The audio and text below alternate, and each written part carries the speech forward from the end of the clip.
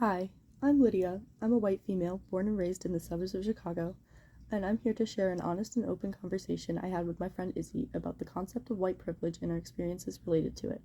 I currently study public health here at the University of Wisconsin-Milwaukee, and I'm also working at the Student Health and Wellness Center. This conversation was a unique opportunity to reflect on how structural racism affects our daily lives. As a white person, this conversation was an eye-opening experience that led me to reflect on the influence of my racial identity in shaping my everyday life. I'm pretty liberal, and I believe that I'm well educated on structural racism. However, I think that this conversation was a unique way to hear about and understand the struggles of someone who is not white. I think it opened my eyes as to how someone's life can be affected every day in all aspects by racism.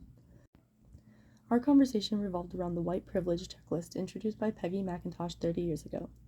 This checklist of privileges enjoyed by white individuals in society outlines various ways in which being white can lead to certain privileges in society and serves as a reminder of the disparities that persist in our world. We discussed things that stood out to us in this list, how the list has changed, grown out of date, or how we would update it.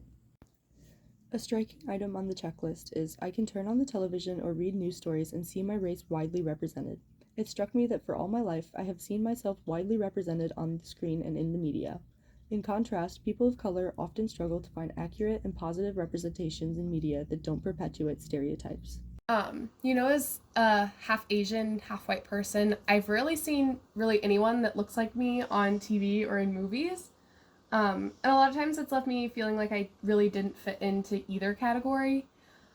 And I think that struggle has really had a significant impact on my self identity and my sense of belonging. This realization really resonated with me as it exposed how even the act of switching on the TV is deeply intertwined with issues of inequality. This conversation also highlighted the privilege of not having to constantly question whether every negative experience has racial undertones.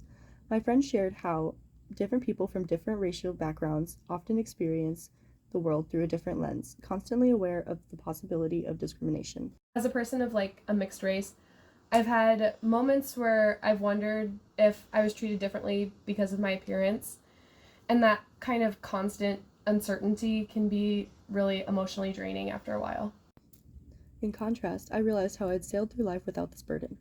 This privilege has been so deeply ingrained in my existence that I never truly understood its impact. This experience led me to a deeper understanding of my own privilege as a white person. It made me reflect on how I can use my privilege to work through a more inclusive and equal society.